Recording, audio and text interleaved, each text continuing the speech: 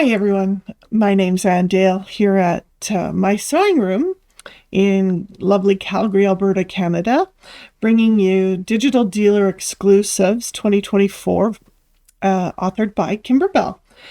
This will be the 12th and final project for the year. I hope you enjoy it. If you happen to be watching this in 2025, the projects will be still available, so don't feel that you've lost out. They were just published in 2024. So if this is your first project, there is a lovely set of 11 previous projects plus a bonus project. The bonus project is What's the Buzz keychain, and that design is free with a 1-year purchase. So if this is your first time finding us, don't worry. The year and the discount for purchasing a full year, that's still available to you, as well as What's the Buzz. That'll be your 13th project. So I have with me It's Snow Time decorative hot pad. It's adorable. It has a built-in hanger here on the back. There's some interesting techniques to be learned. As in every month, we had something different to share with you, a different technique, different tips, whatever it might be. Every month was just a little bit different. So do go back and take a look at the videos and then decide if you would like to sign up to receive the design. As always, our classes for the Digital Dealer Exclusives are free for you to watch. Just please like us, share, and subscribe. We would really appreciate that little token of your affection. All right, well, let me take you over to the supply list, and I'll share with you a few of the things that we've used this time. Meet you there. We have a lovely assortment of fabrics. There's our background. Let me just put this up. There'll be a background. In this instance, it's this lovely sort of snowy silver, kind of a pearl, quite lovely. Then there are fabrics for the hat, or as we like to call them here in Canada, a toque. This one for this month's going to be blue. The fabrics chosen here match the instructions a little more than this one does. There's also 3 sizes this month, so that's kind of a nice bonus. There's a lovely orange fabric here for the carrot nose. Then there's the little bit of ribbon you need for the back. I have a grosgrain ribbon here. That's the bit that you need to create that little hanger in the back. Then we need, in our stabilizers and that, this is a Fusible Woven or Fusible Backing, as Kimberbell refers to it in the instructions. It's just a lightweight interfacing with fusible on one side, quite nice and easy to use. We're going to place that according to instructions on the back of several fabrics. So there is a little bit of prep here. We have a fusible on the back of almost every fabric that we're going to use, just to give it some stability. So keep that in mind. You do have a little bit of prep work that you'll need your iron warm and ready to go. Then we have little bit of project batting. Let's not skip that. So this is just a nice lightweight batting for the inside here. Now that makes these more decorative. If you want them to be well and truly hot pads, whether they're hanging or not, you would probably like to get some Insulbrite or some insulated batting meant to take the heat, okay? Then, of course, as always, we have thread. There's a white, a black, an orange, a navy, and a light blue. And the directions call for a light gray. Now that light gray is actually the quilting in the background, and I did not use a light gray for my, I chose sort of more white background than a gray background, so I actually just used my white thread there. But if gray would work for you, or the light blue, something other, if you really want your quilting to show, you of course would pick something more dramatic, but you can kind of see the grid pattern there, and it hides pretty well if you match it to the background fabric. But that's definitely designer's choice. I also have my favorite Prewound Bobbins. I actually have these in gray as well, and that might be a nice choice for the quilting if you want a very fine effect. Using a bobbin weight thread, which is 80 weight, 100 weight, that could give you a very subtle background quilt. Okay, so that all my colors here this time match the fabric I've chosen, which is the very similar to the Kimberbell fabric shown in the instructions. These are the other two sizes that I made previously. This one here, as you can see, the hat was red and pink. And so I used red up here, pink down here. I gave the hat this really cute pink pom-pom. This is 3D. Can't wait to share that with you. This one, of course, I didn't use two colors thread here. I used the same yellow for the top and the bottom of the hat, and the bright yellow on the pom-pom. So those are just designer choices that you can make as we go along. So in this instance, the pink and red would be the two blues. And over here, I didn't use two colors, I just used one. But just wanted to give you some options. Of course, the black there is for the eyes and the mouth. The orange goes around the carrot nose. And the white has satin stitch applique for the little face here. It's almost impossible to see, but this fabric has a teeny tiny blue polka dot in it.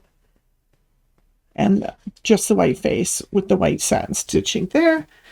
This one has sort of a white pearl, not the same as the one I'm going to use in this project.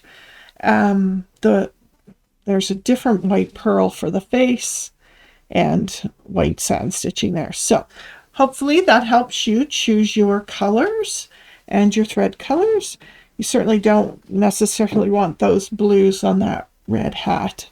So this is where the color choice might change for you. Then we also need our hoop. Today I'm making the 5x7, which is the smaller of these three designs. This one was made in a 6x6 or 6x10 hoop. This one was made in the 8x8. The machine I'm using actually also has an 8x12 hoop, but essentially you need something that will take care of a 6-inch square, something that will hold an 8-inch square, and today something that will take a 5-inch square. So let's take this. This is a lightweight mesh, sometimes referred to as no-show mesh, poly mesh. Kimberbell refers to it light mesh cutaway. So this one is, I've tested it in the other two versions, worked just great, so I'm sticking with it for the third one. You might also find valuable rulers, water-soluble markers. Down the road, we're going to need some sewing clips or pins. So those are the clover clips. Some of you might recognize those. They come in a variety of colors. In my little repertoire, I have some lime green ones and some red ones. And we're going to do a little bit of water-soluble thread. So you're going to need your water-soluble thread. You might also want to get ready some cotton swabs and a little bit of water so that we can erase that water-soluble thread when we need to. All right, so I think I've covered the supply list. And if I've missed anything, I'll catch you up as we go through the video. So let's go to the embroidery machine and get started. I'll meet you over there. Oh, sorry. One last thing. I must have set the pieces elsewhere, but there are binding pieces. I don't want to blow the surprise, but I'm gonna. So spoiler alert, we're actually going to put binding on in the hoop. So I'll have to grab those binding strips for that. There's a little bit of prep work there. The first set of instructions in the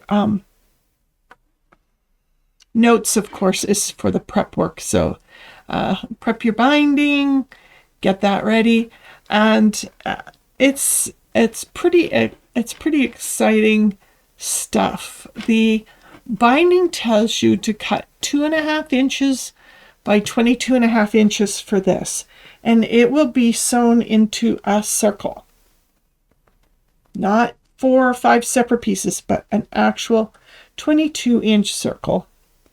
So keep that in mind.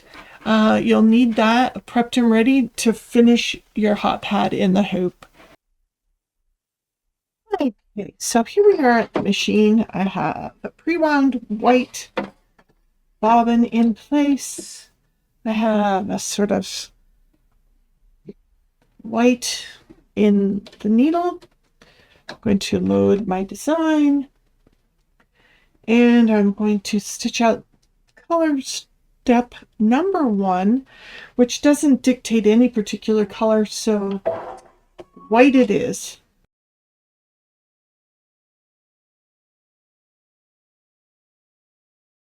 Okay, so that is a placement line for our project batting, which I'm now just going to center over that placement line that we just stitched.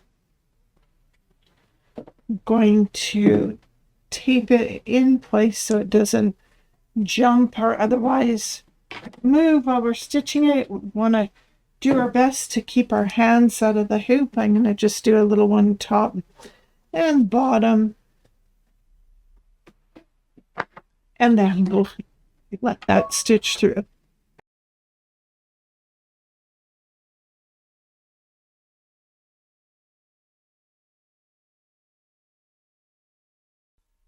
Oh, great. So I'm going to release the hoop from the machine, as our next step requires trimming of that batting.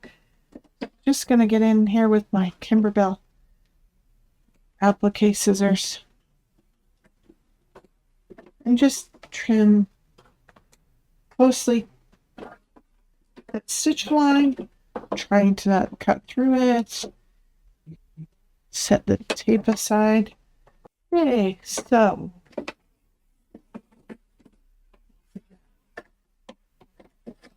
I'll put it back on the machine. Then color step number 3 is the background placement line.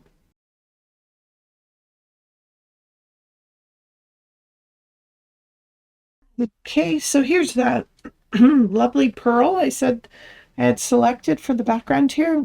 Again, we're just going to center that over the square that we just stitched out.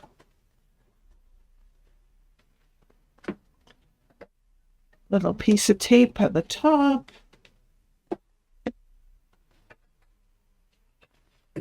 And at the bottom, just to hold it in place. And color step number 4 is the background tuck down.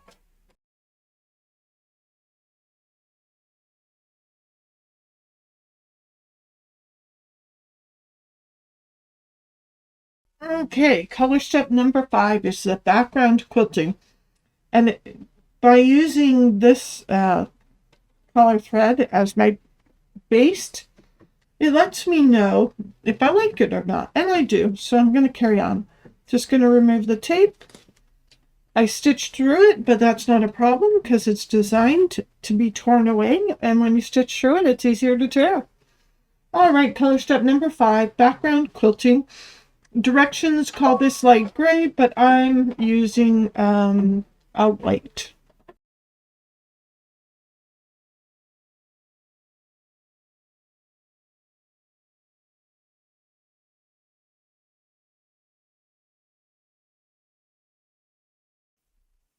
Color step number 6, also in white. All right, so what we have now is a placement line for the snowman's face. For me, it's just a different pearly white. And you just want to make sure that you have the entire oval covered. Another great place to put some tape so it doesn't wiggle, shift, or move while it's stitching, which also keeps you from putting your fingers in the hoop when you shouldn't.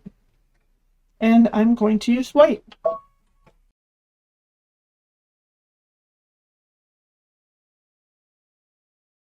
Okay, so color step 7 was a tack down line, and it's quite difficult to see on screen there, but I'm going to release the hoop here.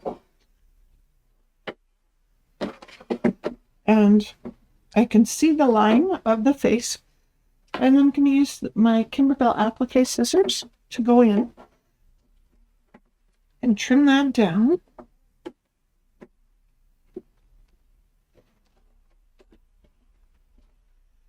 That duck bill, place that over the applique.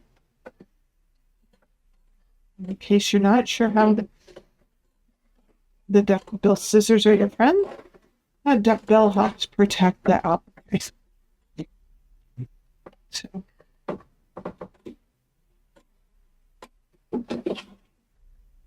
and you'll kind of know if you're holding them wrong because you can't actually get close enough to the applique, which is important to remove all that excess exterior fabric that we don't need.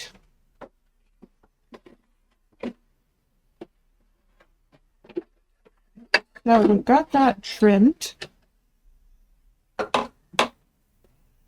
If you put the scissors in the wrong way, you can't get close to the applique, and you'll know. So if you have them somehow turned this way around, they don't work as well. Okay, so color step number 8, for me, is going to be white again. And it's the satin stitch around the face.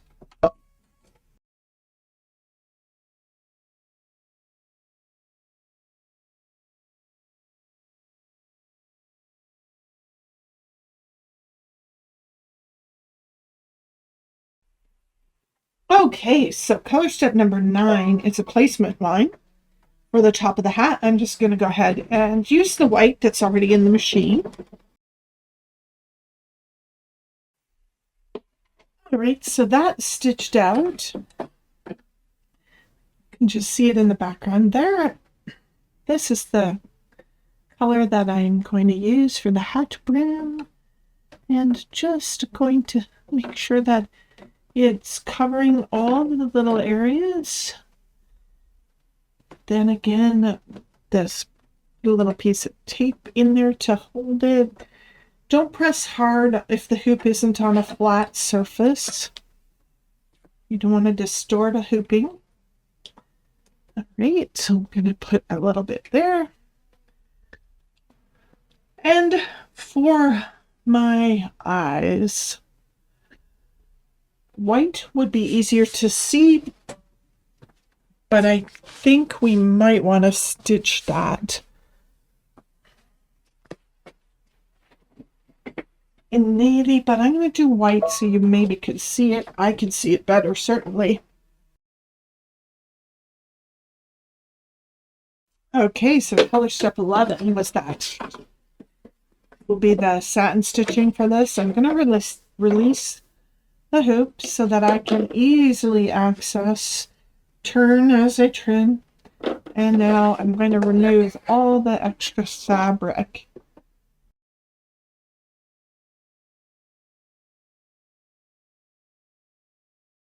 Okay, I've switched out to navy. Color step 11 is navy, or whatever color you want for your hat top.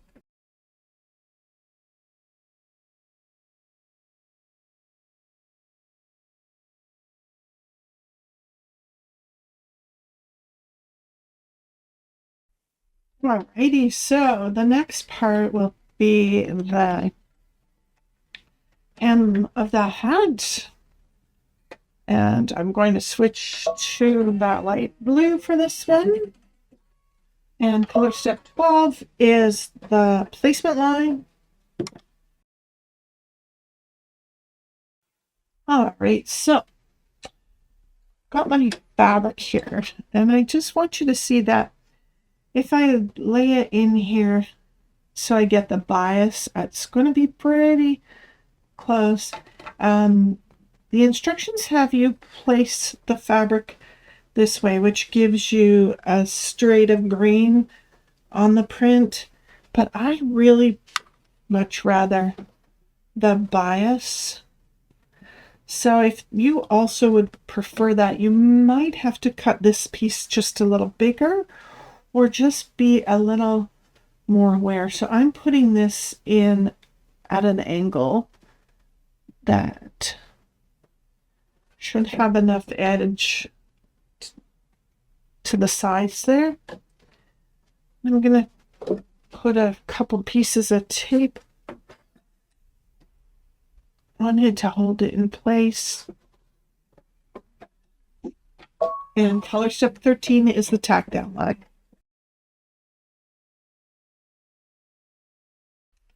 Okay, I'm going to release that from the hoop. And we'll get in here and we'll trim the excess fabric away.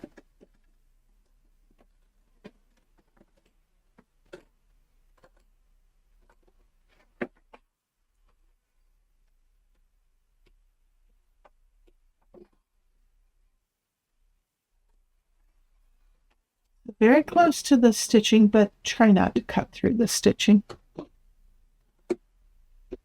And this next step is a decorative stitch, not a satin stitch. So you want to get a nice clean trim or you'll have fur. But that might be fun. This is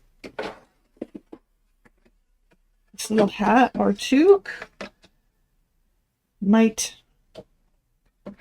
benefit from a little fuzz on the edge as a visual designer's choice. I could do slightly better curve there, so I'm just going to get in there with my other little wee scissors, reattach. I'm still with the light blue for color step 14.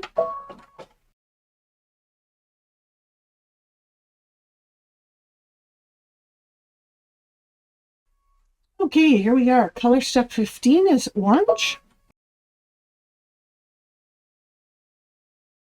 Okay, color step 16, it's still orange. We're going to place our fabric just over the nose there.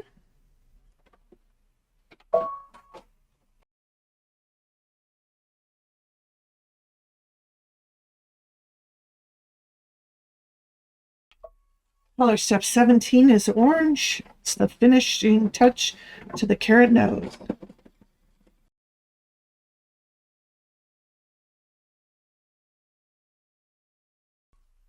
Color step 18 is the little eyes and the little mouth. So color step 18 is black.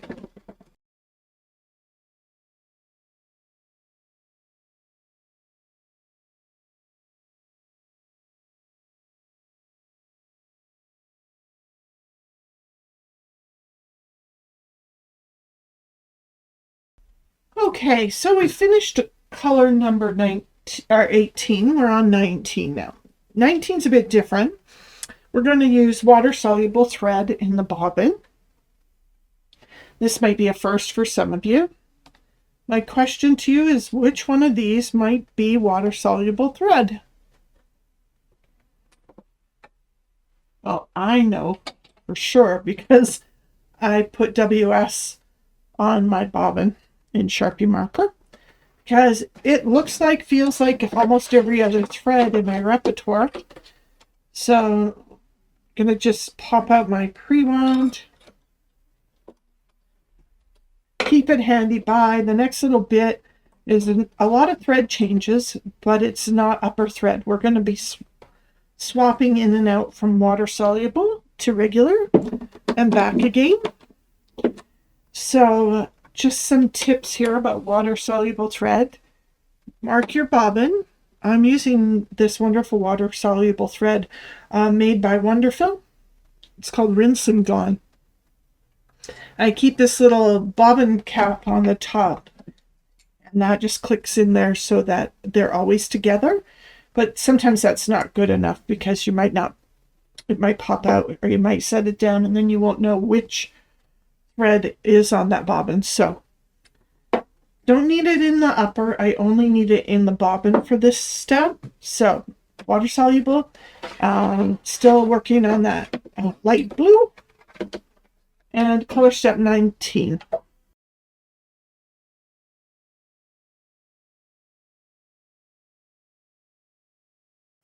So we've got the start of the little pom-pom on the top of my little hat.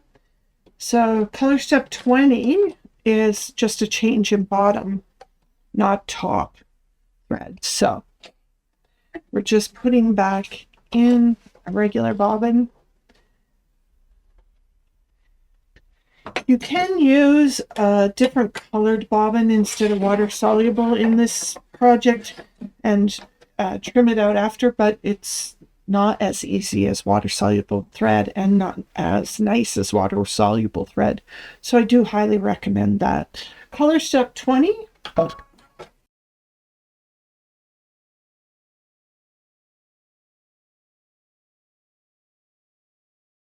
All right, if you're making the other sizes, there's more pom-pom to make.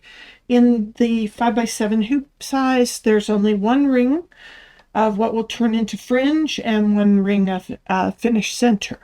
So the next step will be to remove that water-soluble thread. So meet me over at the cutting table. Hooped embroidery still here. We're not going to take it out of the hoop just yet. And I also have a little glass of water and a cotton swab. Just going to soak the cotton swab in that water for a minute.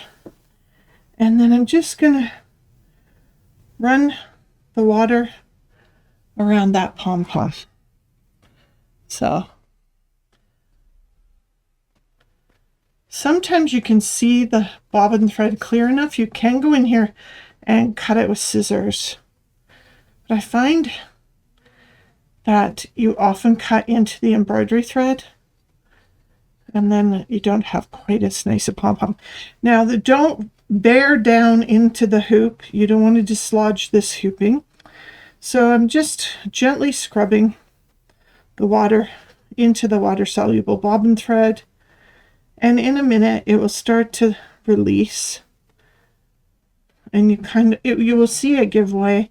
I just keep adding a little more water, and just a little bit of gentle friction there.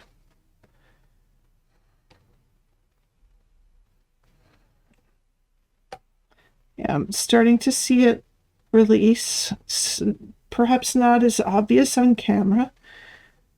Could use a tighter close-up maybe on that, but can kind of see just in here. And it's starting to release. If I look across the hoop, I can kind of see the hairs are starting to stand up here. So that tells me the bobbin thread is dissolved. Such an interesting little trick. Just gonna flip this over. I'm gonna just, with something soft, the dry side of the Q-tip actually, or the cotton swab here. You can maybe see now, you can see they're starting to get long and loose there, creating that fun little pom-pom effect. It's adorable. I'm just looking under there to see if all the threads are releasing. And you can press a little harder from the front because you've got the table under the hooping and you're not going to distort anything. And then just gentle scrubbing with the Q-tip. Sometimes you might see a little bit of water staining on your project. If that's the case, water will remove that. So just later, take it and soak the whole thing and let it dry. It will release that. All right, so one little bit hanging on there quite fiercely.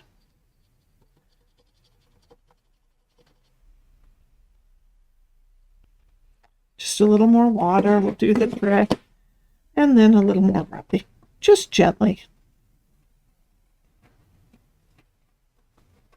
You don't want to tear at the stitching. Just gonna have a peek around and see if they're all released. Kind of looks like they're getting there. Could try a little pin and get under the stitch there and just lift it up a little bit. There it goes. There they come.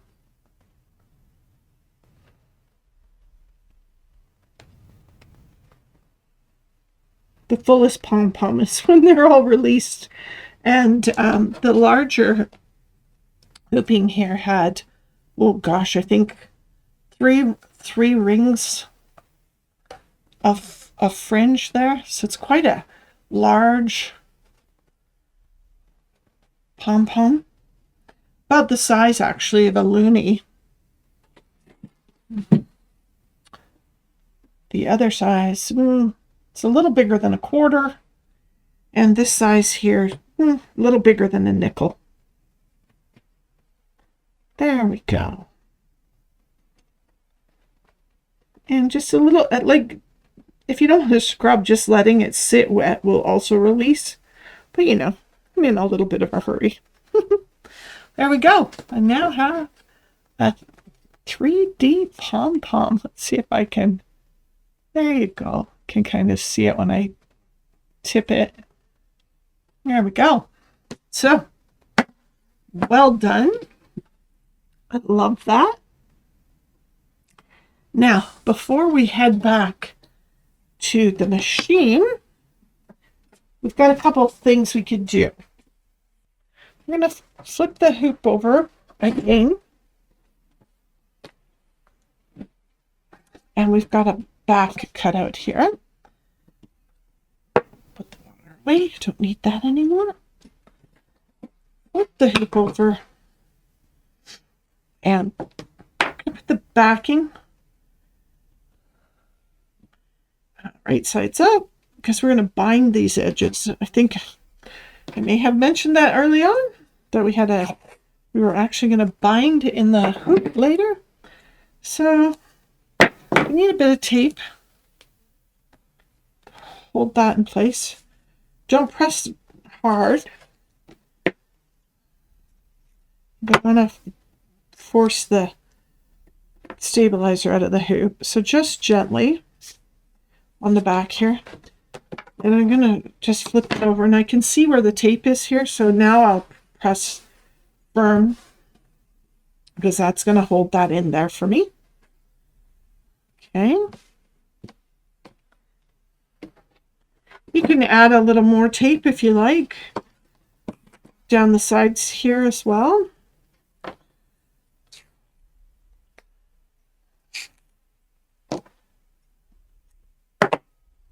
Just to be sure that nothing pulls away while we're stitching it. And turn it over to press firmly.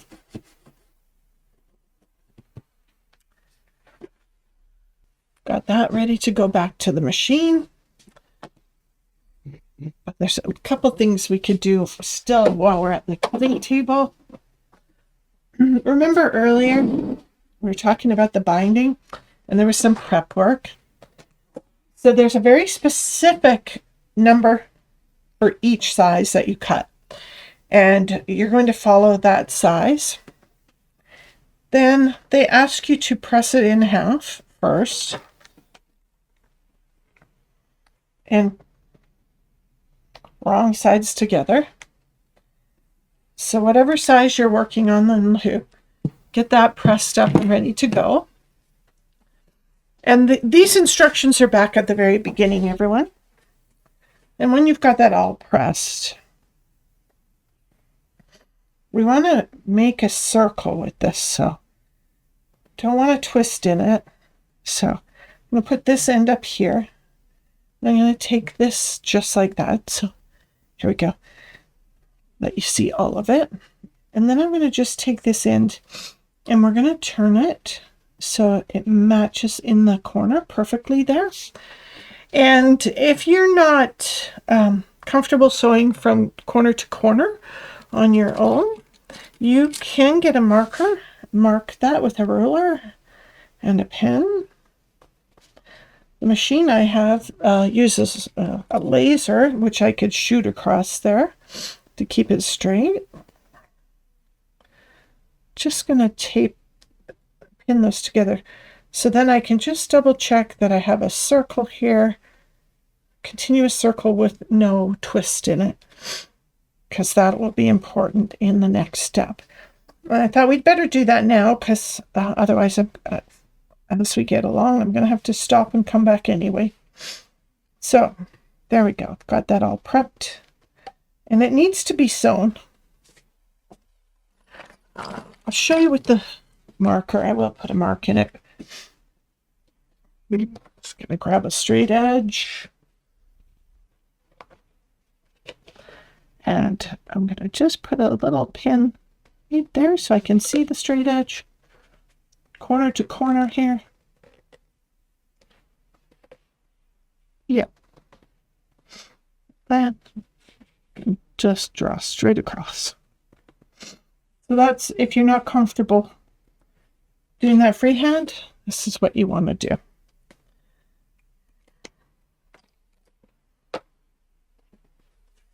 Okay, so heading back to the machine, just need a little straight stitch.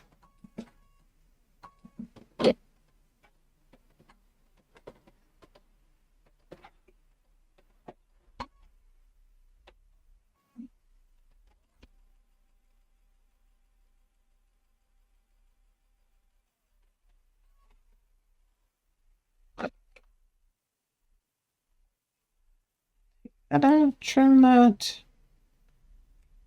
bring this down to about a 1/4 inch seam allowance.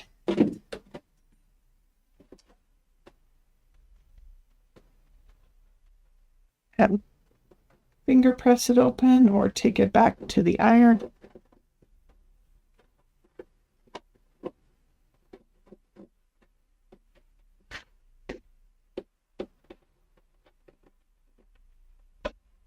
There we go. Double checking that we have a continuous circle here. All right, we're back at the embroidery machine. We finished the binding, which is in the instructions at the beginning. So we're at color step 21 now. And the instructions are out of sync here because there was more stitching in the 2 larger sizes. So make sure that you're following your number set. So step number 21 asks you to use a visible color. So I still have that baby blue in. I'm going to leave that in. I could see that nicely against the white.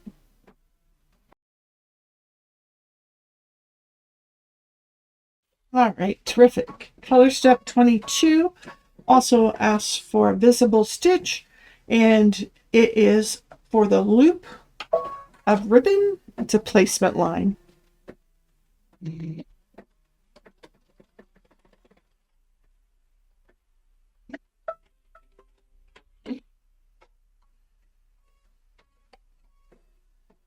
All right, so just going to release the hoop. Got a couple stray strings on the front. I'm just going to get rid of those. Now we can see there's a little line on the diagonal there. That line was to show us where to put the ribbon loop. I have my ribbon here, and I also have a glue stick. I kind of like these for taking the two tail ends here. The glue is blue, so it's easy to see where you put it. Just going to glue the two edges together so they don't slip apart while we're trying to stitch it. And we can also tape it in place now. So you want to take the end of the ribbon and you want to push them up 1/4 inch past that placement line that was just stitched in there. So a little lost in the other lines, but I can see it pretty easy here. I'm just going to put a piece of tape over it, not pushing hard again, because you don't want to disrupt the hooping. But we don't want the ribbon to get caught or jump away while we're stitching on it.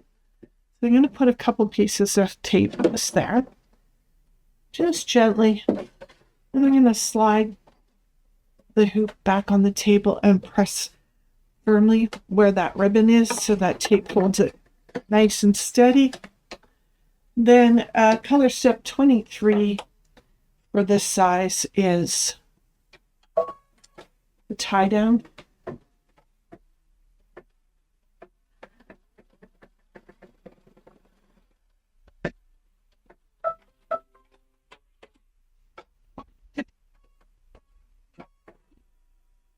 Okay, so just pop that over. Just let you see where I stitched it in. I'm going to just remove this tape. I can remove it later out of the corner here. Keep this one in place down here just to hold that out of the way. Alrighty, so we're on to color step number 24. This is a bit interesting. It might be the first time you've ever put binding on in the hoop. Now remember that color step number 23 was the embroidered line in a visible color. That's important now for you to be able to see where you're placing your binding. The binding join is right here between my thumbs. Just going to kind of center that down here on the bottom. Raw edge of my binding is going to go next to that stitch line. We're going to just lay it flat, not tight, not stretched, lined up on that line there. Not raw edge together. The raw edge is way down here. But that blue line I just stitched. Then we're going to just tape that in place. And color step 24 is the first tack down line for the binding. Don't worry if you hit the tape. Remember, it's removable. Okay, so our next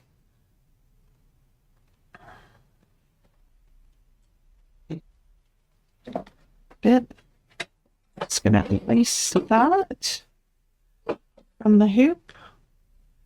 I'm going to remove these bits of tape. Make sure I pull that out of that seam allowance.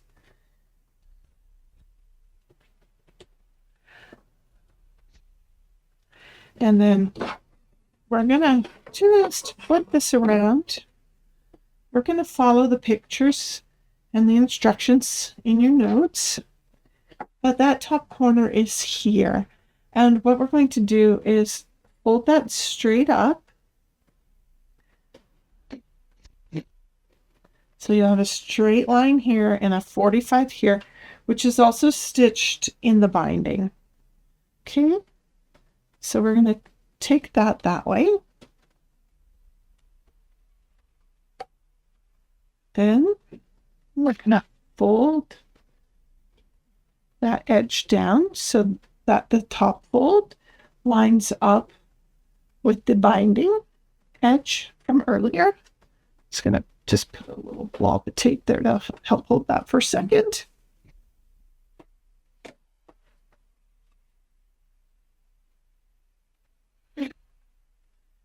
I'm just going to grab the tape. I'm going to tape off the top edge of that binding.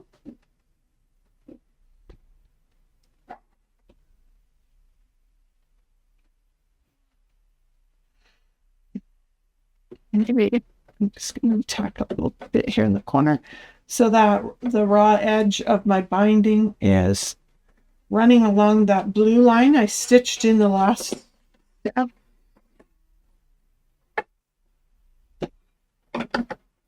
It was a placement line. Okay, so I know I'm going to stitch into this piece of tape, but the other piece of tape is holding it, so I'm just going to read that. And then this will be color step 25, and it's a much longer line.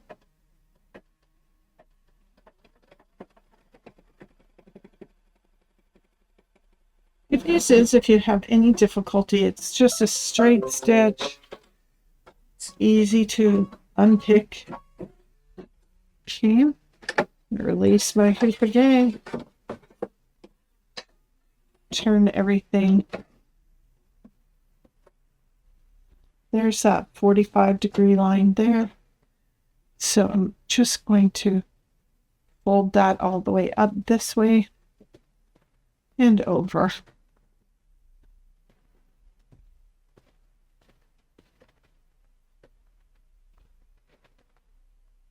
If it helps for you to tape that end down, by all means. And we'll leave that edge here relaxed, not stretched. Another much larger piece of tape to hold that binding in place.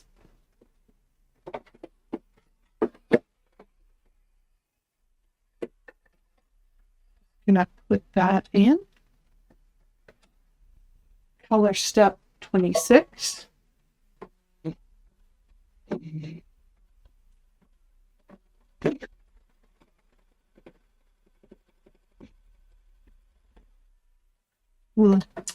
That shifted. I could see it. Just going to unpick it and we'll pull that step again just a little bit. It started to drop over here, and that won't lead to a nice binding. So I'm just going to quickly pull those stitches out. Place my binding back. Maybe put an extra piece of tape there. And I'm going to go even a little further back. You know, sometimes it doesn't all go swimmingly. And these little errors, it's important we learn from them. Okay, putting my binding back down.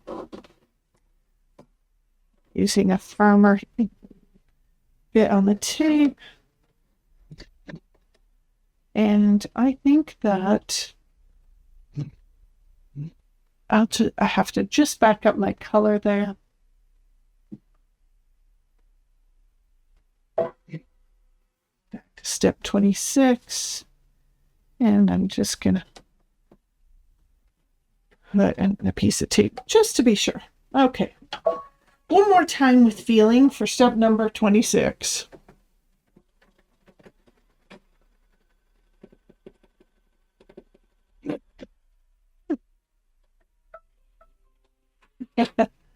For me, 26 is not going well.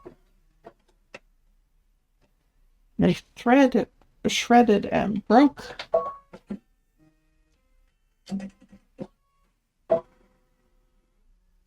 Back to color 26. One more time with feeling.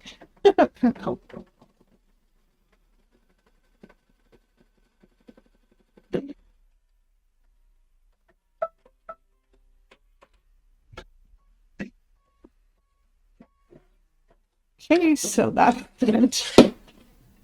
In a little bit of stitching into the tape, but remember it's tearaway tape and it will easily come away from those stitches. So this one, we're going to do that 45-degree angle there. Bring that binding down here. Take that end down.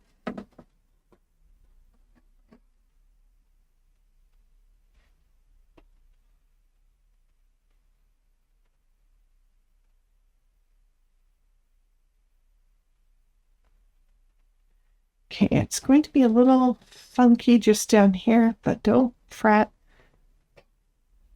Just gonna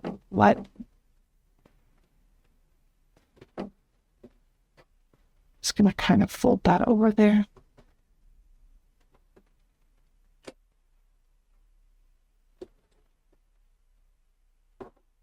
Get that raw edge all the way down on that blue line. We stitched quite some steps back.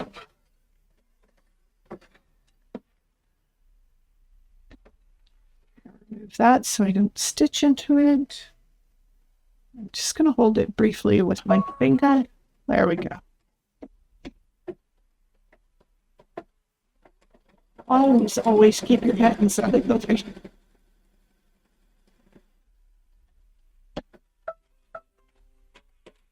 Oops, we're nearly there. All right, so we're back at the beginning here. Color step 28, okay? So we're just going to make that fold here in the corner, just like the other ones. Just going to put that tape to hold that in place.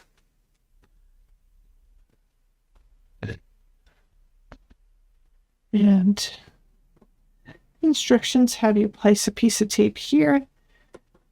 Might be wise if your foot moves in an unexpected manner. Now, step number 28.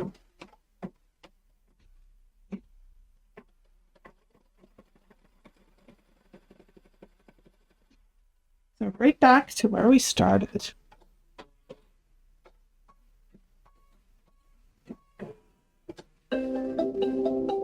And there we go. We've stitched our binding on. Just remove all the tape. And then we'll head to the cutting table. Meet me there. All right, so here we are. Finished stitching. We're going to remove our project from the hoop. I'm going to take off all those little bits of tape that are no longer necessary.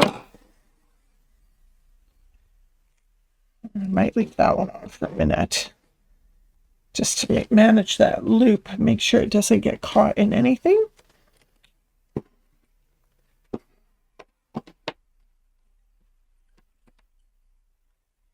Okay.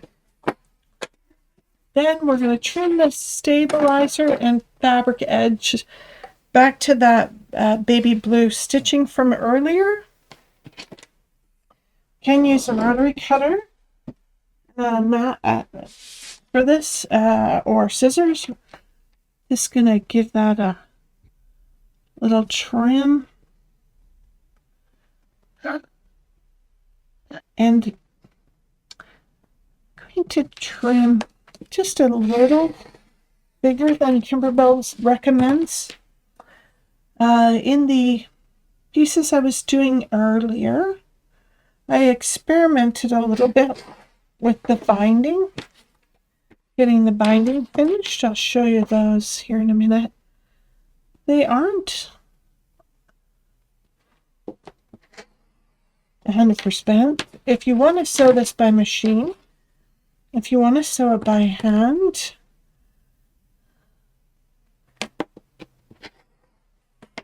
you'll be fine. So I've got that little, isn't that cute with that poking out there? I'm gonna grab a few pins to show you where it kind of pops over to. Now remember, I did some samples early on, and I found that binding was quite generous, and when you flipped it to the back and stitched it from the front, and in the next one I trimmed my binding a little bit bigger, and there wasn't quite the same size lip here when I did it by machine, which I preferred. Or you can flip it over, stitch it up by hand. So just going to pop all my corners around to the back.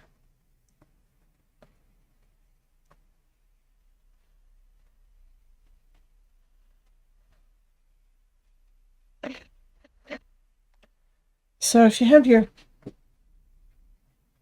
corner facing away from you like that, fold the right hand side down first. Clips or pins, whatever makes you happy here would be the right choice. I can just clip that. So the right hand side first, then the left. And what that does is it alternates the bulk here on the corner, so it's heavier on this side and heavier on this side on the front. And clipping, pins, whatever makes you happy. Just gonna put that one down there.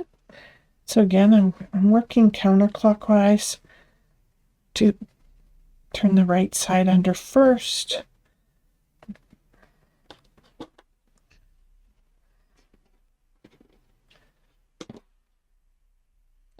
And what I can see is that this binding is rolling to the back in a nice way. That's the binding is well past that front stitching line. Left side second.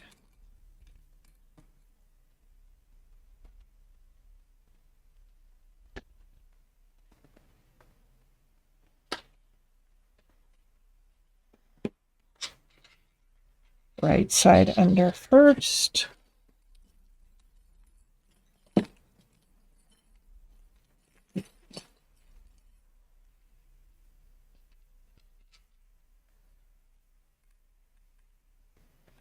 Left side second, making a nice miter here.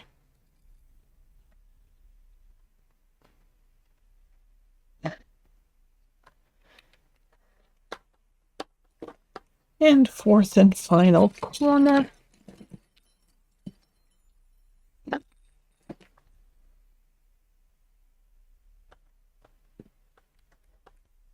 And then the left side last. Okay.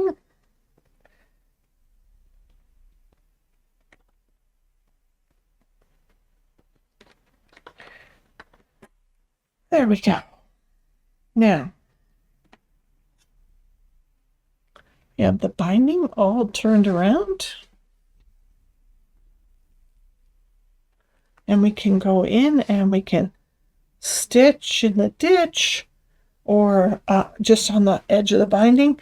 I believe Kimberbell has you stitching just up on the edge. I think I'm going to put white thread top and bottom, and then I'm going to just stitch in the ditch along here. Now, something that you might find helpful here, since we won't see the back as we're stitching, you might enjoy a little bit of pressing the binding to the back. One of the other tools that I had out earlier was that glue stick. You could get in here, put a little glue in the middle there,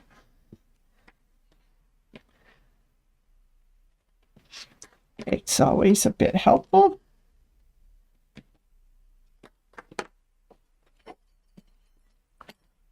More clips, more pins, whatever you need. I'm going to just remove that tape now so I don't stitch it in.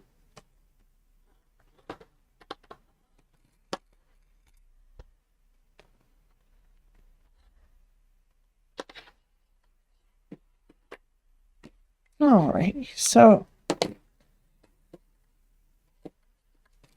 I might change to a walking foot on my machine, or if you have a dual feed on your machine, something like that, just to make this a little easier. Now, there's two sides to these clips. The clear side is flat, which I recommend be on the back, not the red side or the colored side, because that's got quite a curve in it. It will ride on the machine just a little nicer if they're flat sides down. So there we go. Heading back to the machine. All right, so here we are. Got my machine converted over to on my lovely Luminaire 3. This is the Move It foot. It's a gorgeous kind of walking dual feed combo. I'm just going to stitch just inside the binding here.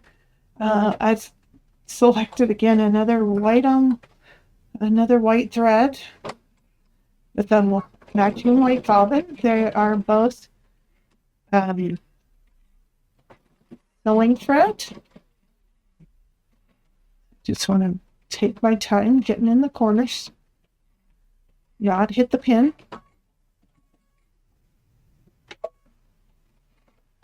And I use my needle up down to take one final precision stitch. Worst case scenario here, I don't hit things the way I had hoped, and maybe I have to unpick.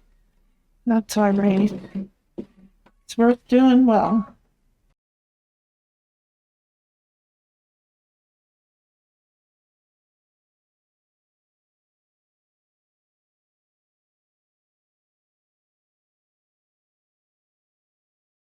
All right, there we go.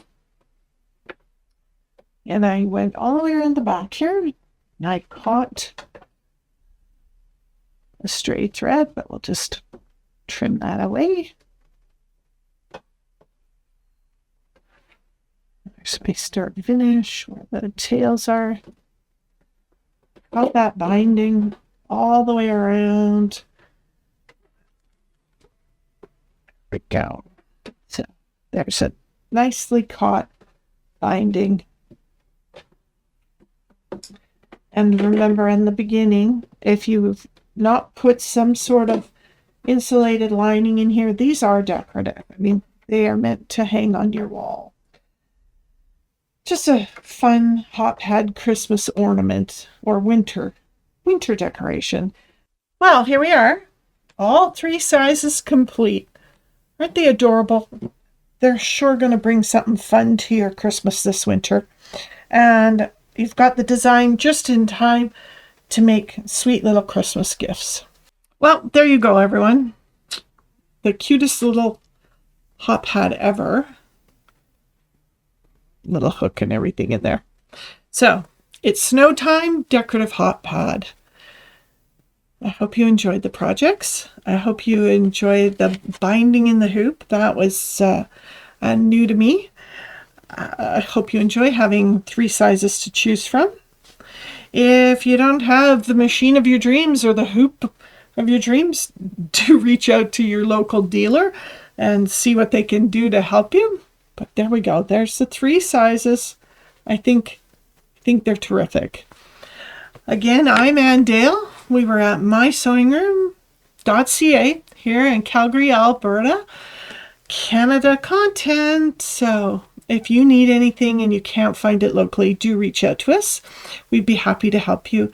And if you've enjoyed this video or any in our series, please do give us a thumbs up and do subscribe to the channel. Give us that incentive to keep going and bring you more fabulous designs.